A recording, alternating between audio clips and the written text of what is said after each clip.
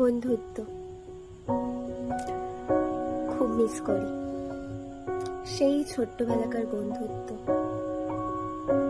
কেউ ঠিকই বলেছিল, কথাটা যেই বলুক, যে বন্ধুত্ব এমন একটা জিনিস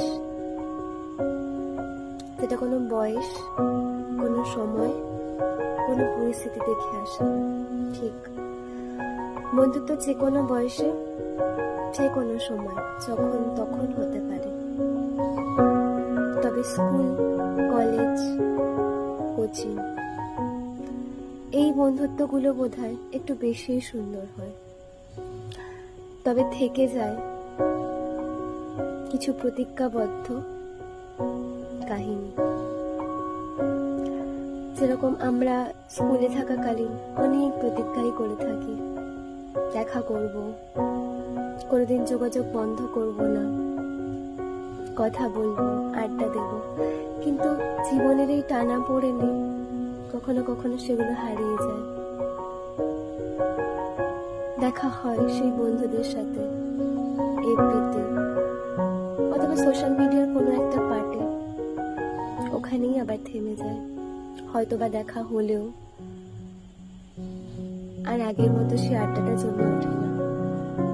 অথচ আমরা কত প্রতিজ্ঞাই না করে থাকি, দেখা করব, আড্ডা দেব, আরো কত কি।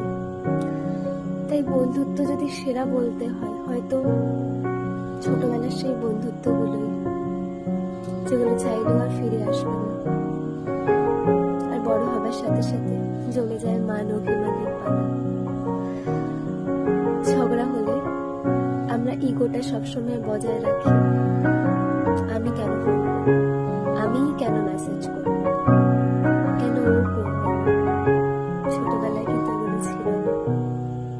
ঝগড়া হলেই কিছুক্ষণ পর আবার কে বলতাম, কথা বলবি না কেন, বলতেই হবে। পাশে বসবি না কেন, বসতেই হবে। কিন্তু ভেবে দেখো, এখন যদি এটা হয়, আমরা পারবোই না করতে।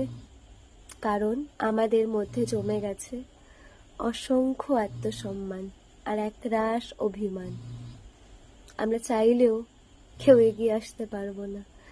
তাই বন্ধুত্ব বোধহয় ছোটবেলারটাই সুন্দর, যেখানে মান অভিমান থাকলেও নিমেষের মধ্যেই কেটে যায়, ইগো থাকে না।